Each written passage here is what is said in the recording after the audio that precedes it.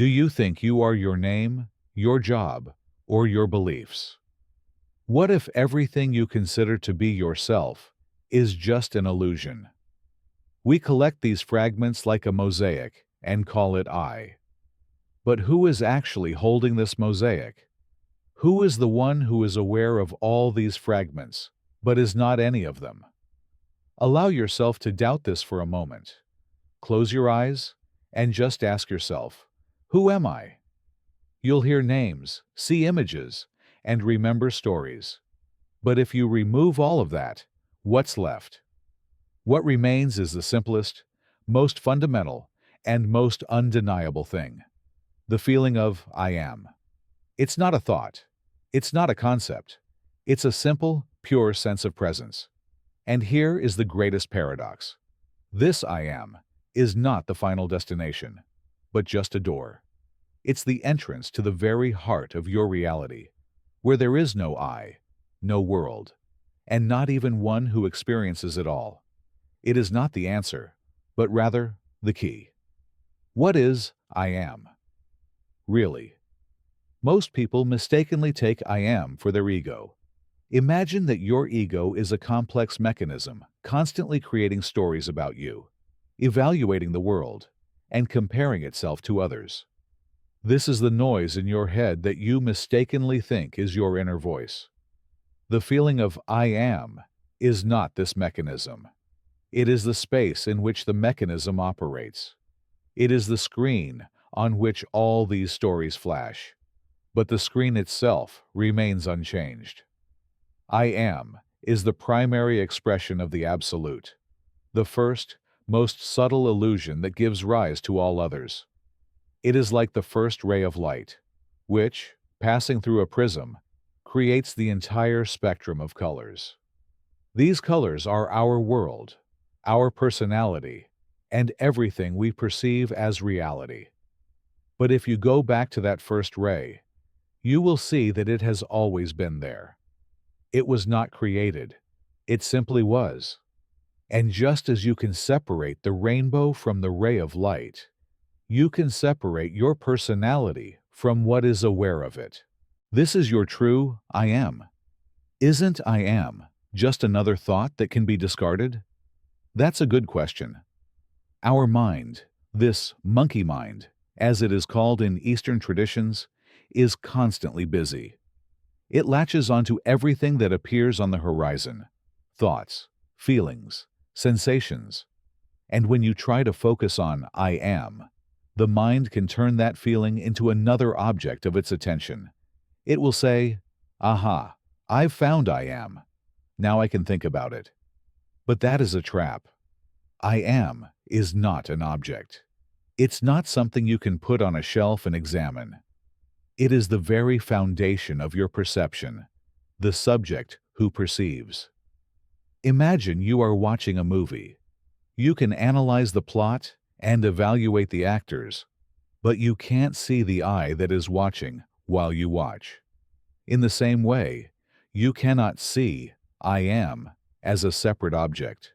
You can only return to it and realize its presence. It's like learning to walk. At first, you think about every step, but then it becomes natural and automatic. It's the same with I am. At first, it may seem like an effort, but over time, this feeling simply becomes your background state to which you return. There is no failure in forgetting, only in returning. How can I find this I am? You have never lost it. It's not something you need to search for like lost keys. It's like the air you breathe, or the gravity that holds you to the earth. You don't think about them constantly, but they are always here. To find it, you just need to redirect your attention. We are used to directing it outward, toward the world and its events, or inward, toward our thoughts and emotions. But try to direct it to the very feeling of your existence, not on what you are doing or what you are thinking, but on the fact that you just are. This is similar to meditation.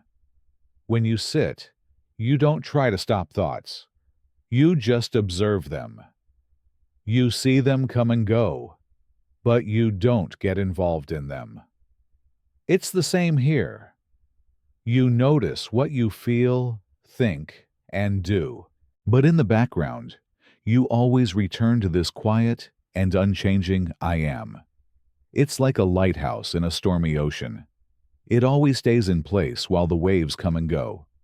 In this, there is no failure, only returning. But isn't this dissociation? Shouldn't I be feeling my emotions? Not at all.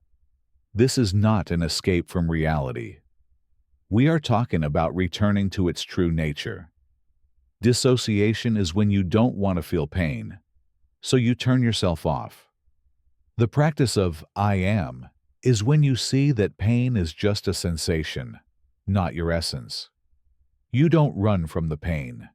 You look at it from the outside, understanding that you are not it. Imagine you are sitting in a movie theater. You are so absorbed in the movie that you forget you are a viewer. You feel for the characters and rejoice and grieve with them. But at some point, you remember that it's just a movie and that you are the viewer. You still watch it, but now you see it in a different light. You realize that you are not a character on the screen, but the consciousness that is experiencing the movie.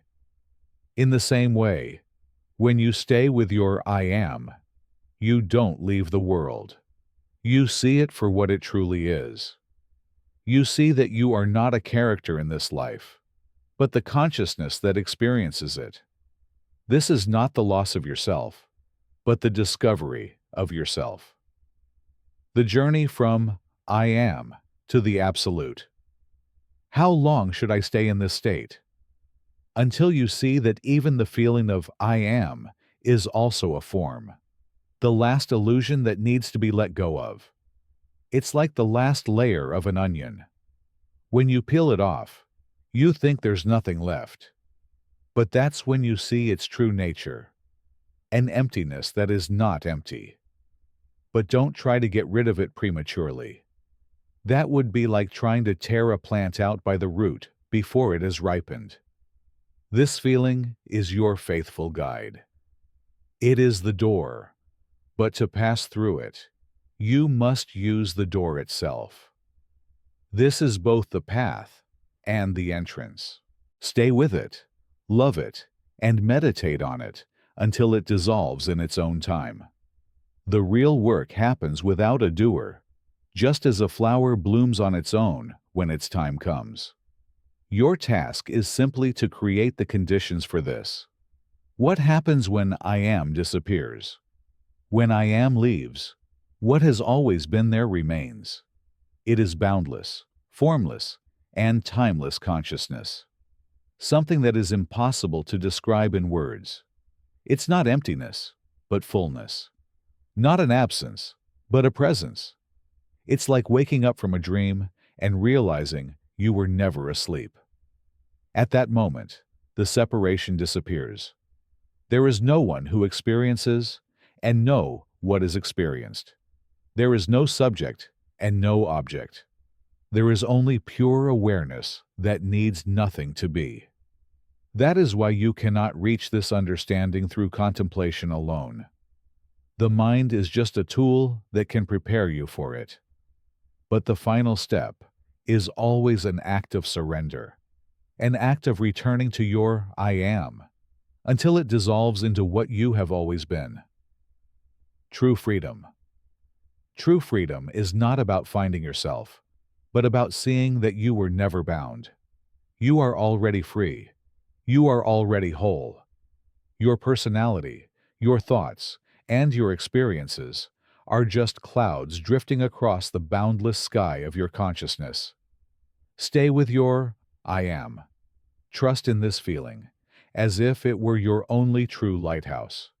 Let it purify your mind and dissolve all illusions.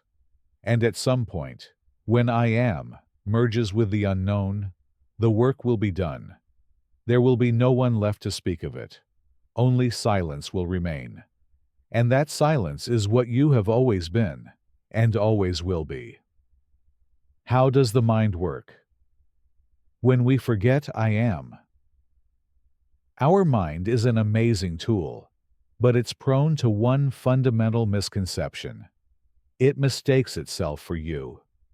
Imagine you hired a gardener to take care of your garden. At first, he does his job, but over time, he starts to think he is the master of the garden, and you, the real owner, are just getting in his way. The gardener is your mind. The garden is your life, and you are the owner. When we forget our true I am, we hand over control to this gardener. The mind begins to plan, worry, compare, desire, and suffer. It creates a continuous drama in which you are the main character, and everyone else is either an enemy or an ally. The mind creates a past to blame and a future to fear. But doesn't that help me survive? Of course, the mind is an important tool for survival. It analyzes information, makes decisions, and protects you from danger. But the problem is that the mind doesn't know when to stop. It creates dangers where there are none and makes you afraid of things that will never happen. It creates artificial needs so that you are constantly wanting something. At this point, you are not living. You are chasing ghosts created by your own mind. I am is your salvation from this endless cycle. Returning to this feeling doesn't mean rejecting the mind. Rather, it means returning to the role of the owner. You let the mind work, but you no longer allow it to control you. You see thoughts, but don't identify with them. You see emotions, but don't become them. You just observe the gardener at work, but you don't give him the reins. Why is it so hard to stay in I am? The difficulty is that for centuries, we have trained ourselves to be doers. We were taught that success is the result of our efforts, and that happiness is a reward for our achievements. We have always tried to make ourselves happy, successful, and fulfilled. But I am is not something you can make. It is a state of being, not doing. It's like trying to make the sun rise when it already has. You cannot make yourself be because you already are. This requires a radical shift in paradigm.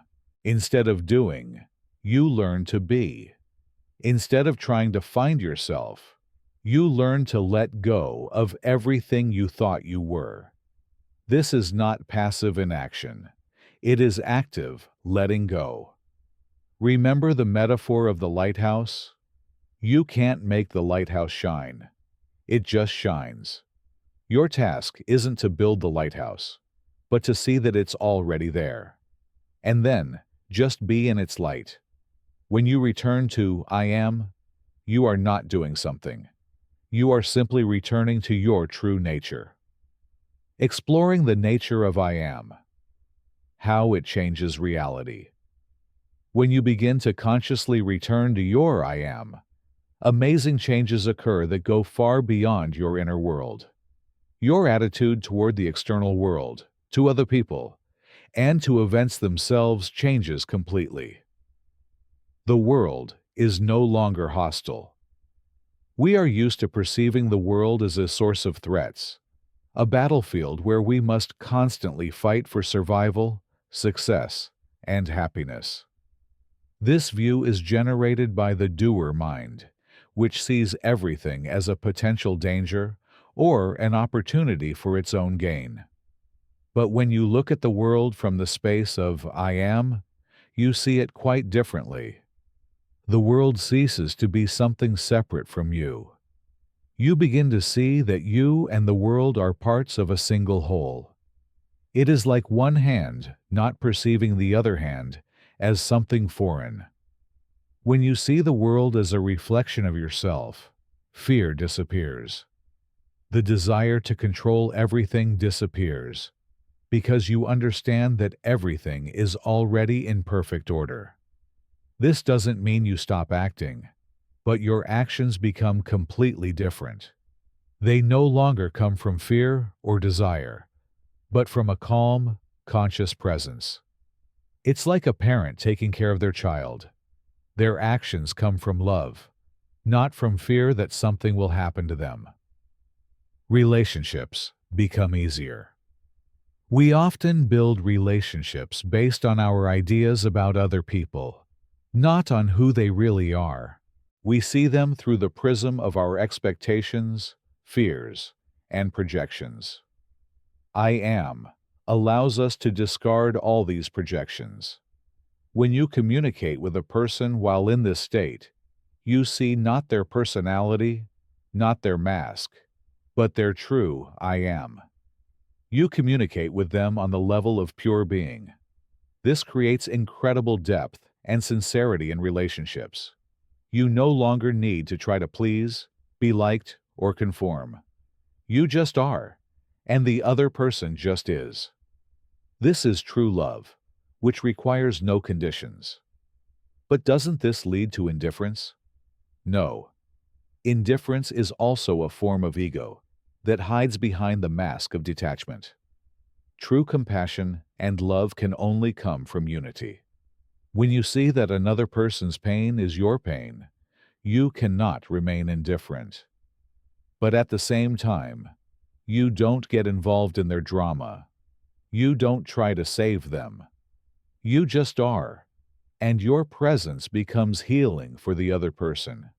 It is like light that doesn't try to fix anything, but by its presence, it dispels the darkness. Practice in daily life. How does it work? I am is not just a theoretical concept, but a practical tool that can be used every day. Stop and be aware. Throughout the day, when you notice that your mind has flown off into the past or future, just stop for a moment. Take a deep breath and exhale, and just feel your presence. Don't try to change anything. Just be aware that you are here now. This can be just a few seconds, but it's like returning home. Work with the body. Our mind is often disconnected from the body. To return to I am, start feeling your body. Feel how your feet touch the floor, how the air fills your lungs.